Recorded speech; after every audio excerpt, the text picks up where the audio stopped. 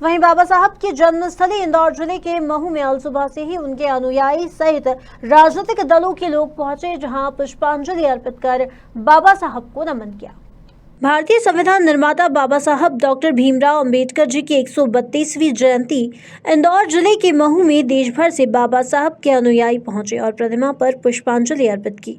महू की सेना के अधिकारी कर्नल सहित भाजपा राष्ट्रीय महासचिव कैलाश विजयवर्गीय भी पहुंचे, जहां उन्होंने देश की एकता और समरसता का संदेश देने के लिए नमन किया। बाबा साहब का इस देश के ऊपर इतना एहसान है कि उसकी कभी भी कोई भरपाई नहीं की जा सकती है, क्योंकि बाबा साहब ने सामाजिक समरसता का बहुत प्रयास किया। जब इस देश के अंदर छुआछूत थी, थोड़ा सा भेदभाव था, उसके खिलाफ उन्होंने संघर्ष किया और विशेषकर गरीब और पिछड़े लोगों को आगे कैसे बढ़े, इसके लिए उनका हमेशा प्रयास रहा। और बाबा साहब का योगदान बहुत बड़ा है। चाहे हम हिंदुत्व की बात करें तो एक समय था, ऐसा आया था कि हिंदुत्व पे भी खतरा था, तो उन्होंने कहा कि नहीं, हिंदुत्व जिंदा रहना चाहिए। आज 132वीं जयंती पर मैं बाबा साहब के चरणों में अपनी विनम्र श्रद्धांजलि अर्पित करता हूँ। और इस देश का संविधान जब तक रहेगा, जब तक बाबा साहब का नाम रहेगा, क्योंकि उन्होंने इस देश का संविधान का निर्माण किया था, उनकी महत्वपूर्ण भूमिका थी। मैं समझता हूँ कि ऐसे नेता जिन्होंने सामाजिक समरसता के लिए काम किया, जिन्होंने छुआछूत मिटाने के लिए काम किया, जिन्होंने भेदभाव मिटाने के लिए काम किया और एक समाज के अंदर एक इंटीग्रिटी का काम किया है, तो ऐसे सामाजिक नेता का हम सब अभिनंदन करने आए हैं। उनके जीवन से प्रेरणा हम सबको लेना चाहिए। और महू चूँकि उनकी जन्मस्थली है, ये मेरा सौभाग्य है कि ये जो जिस स्थान पर हम खड़े हैं, मैं PWD मिनिस्टर था, तब इसके निर्माण का सौभाग्य भी मुझे मिला था।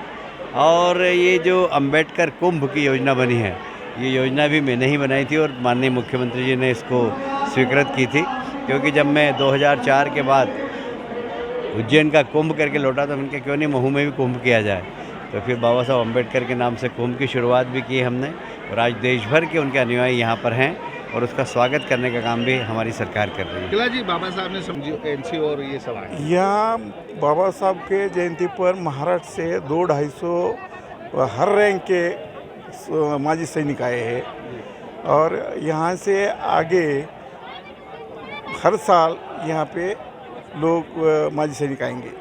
पहले माना जाता था कि दलितों के साथ लगातार अत्याचार होता है, तमाम चीज़ें। बाबा साहब को अब किस तरीके से लेते हैं, किस तरीके से सामाजिक समरसता उन्होंने स्थापित की थी देश में? हाँ, बाबा साहब ने हर पहलू को देखा है।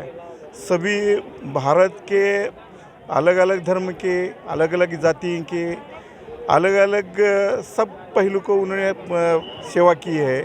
और बाबा साहब सबके हैं, किसी एक के नहीं है, सभी जातियों के, सभी धर्मों के है बाबा साहब। आपका पूरा नाम और पद बताइए। मेरा नाम है बनसोड़े गौतम सोपन राव, माजी सैनिक 13वां रेजिमेंट। बाबा साहब भीमराव हमारे लिए बहुत बड़े आइडल हैं और उनका जो पद चिन्हों में चलना हमारे लिए एक गौरव की बात है।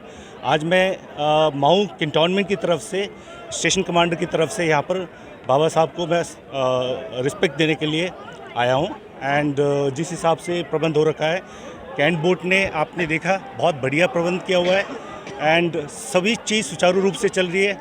हमने यहाँ पर कैंट बोट में सबकी सुरक्षा के लिए हमारे QRT जो आर्मी के QRT को भी हमने उनको एम्प्लॉय किया हुआ है और सब कुछ शांतिपूर्ण तरीके से चल रहा है और सभी व्यवस्था बहुत अच्छी चल रही है।